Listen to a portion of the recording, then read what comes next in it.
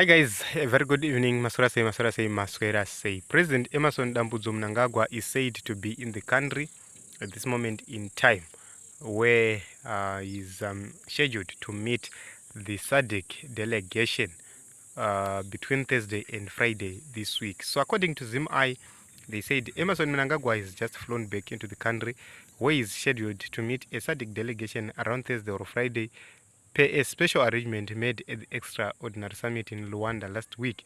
Mnangagwa's claim to presidential power is outrightly discredited by both SADC and African Union observers in the just ended 2023 elections, where military personnel used it to change election results, in a trend similar to that of the 2008 polls, and the regional body is holding him to account over this.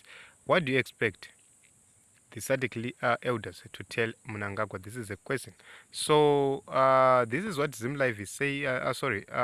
ZimEye is saying regarding the developments. SADC is expected to be in the country, and they are expecting to have a meeting with President Emerson Mnangagwa tomorrow or Friday. Those are the latest dates they are expected to be meeting, and they are also expected to meet the Zimbabwean opposition leader, President Nelson Chamisa, the Zimbabwe Electoral Commission, and other stakeholders who might be interested in the events happening in the nation of Zimbabwe. Meanwhile, the opposition has been waiting for SADC to actually act on their own report, on the report which they authored during the elections. And that is very important. Remember, ZANU-PF clearly indicated that there was no summit which was going to happen.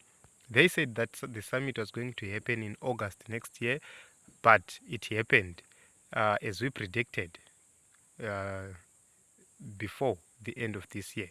So the team is in Zimbabwe. This is November, and the team is already in Zimbabwe, and is supposed to meet President Emerson Mnangagwa. This issue was raised during the SADC summit, and it was taken seriously by SADC leaders who are keen to resolve the matters in and around Zimbabwe. Because remember, if Zimbabwe is plunged into civil war, SADC will be affected, and SADC will need to take an intervention, and they're trying to find solutions to the problems we have in Zimbabwe, to make an intervention to what is happening in the nation of Zimbabwe, so that things are corrected, and people do not continue to mourn over rigged elections time and again. So what will be the expectations?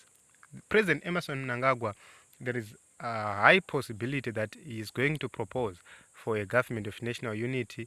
He's going to propose for a GNU. Meanwhile, President Nelson Chamisa made it clear that he was not going to accept any form of GNU. And what are the prospects of a GNU in the nation of Zimbabwe? Personally, I see those prospects very, very, very, very slim. I don't believe that the opposition will be ready to join President Mnangagwa via a GNU, because that will prolong the rulership of President Emerson Mnangagwa. And what will be the conditions? That is very, very important to take note of. So basically, it's a catch-21, because triple C MPs, they are actually being decimated. If the position of a GNU is to be proposed, what will happen to triple C MPs who were recalled? What will happen to triple C MPs who suffered injustice in the rural areas, where they couldn't even campaign freely, where they lost due to massive intimidation and voter suppression? All those issues need to be addressed. Who will be the president? Who will be leading this government? Will President Mnangagwa give the presidency to Nelson Chamisa?